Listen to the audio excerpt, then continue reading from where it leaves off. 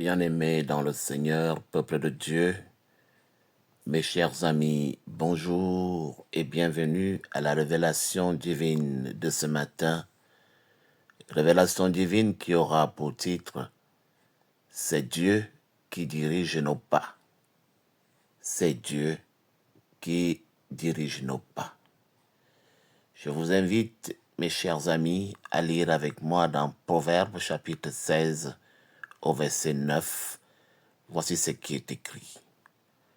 Le cœur de l'homme pense à sa voie, mais l'Éternel dirige ses pas.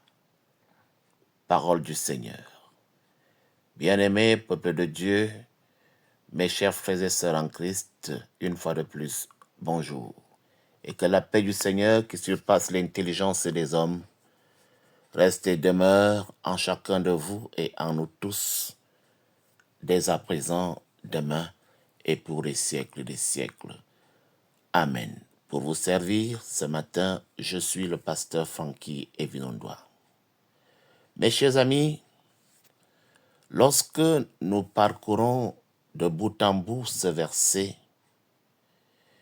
il nous semble évident de constater que nous sommes invités à réfléchir à la souveraineté de Dieu dans notre vie.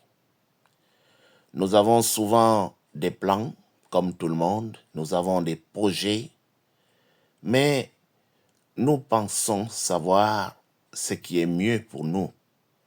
Malheureusement, je voudrais vous dire aujourd'hui que non. C'est Dieu qui a le meilleur plan. C'est Dieu qui a un plan plus grand, un plan plus parfait, un plan plus soigné. L'homme planifie, certes, mais c'est Dieu qui dirige. En effet, nous pouvons passer des heures et des heures à réfléchir à nos choix, à nos décisions.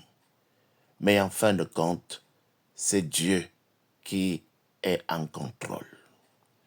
Ce verset que nous avons lu ce matin nous invite à faire confiance à Dieu, à lui remettre nos plans et nos projets et à suivre ses voies. Mes chers amis, lorsque nous reconnaissons la souveraineté de Dieu, nous pouvons avoir la paix. Oui, nous pouvons avoir la tranquillité, même dans les situations les plus difficiles. Ce que je voudrais vous dire ce matin, c'est vous rappeler que Dieu a le parfait contrôle de nos vies, que nous devons absolument lui faire confiance et suivre ses voies. Que pouvons-nous apprendre d'autre aujourd'hui que cette bonne nouvelle?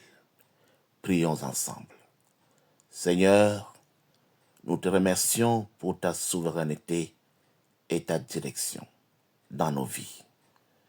Nous voulons reconnaître que tu es en contrôle et que tu as un plan glorieux, plus grand et plus parfait que le mien, que le nôtre. Aide-nous à te faire confiance.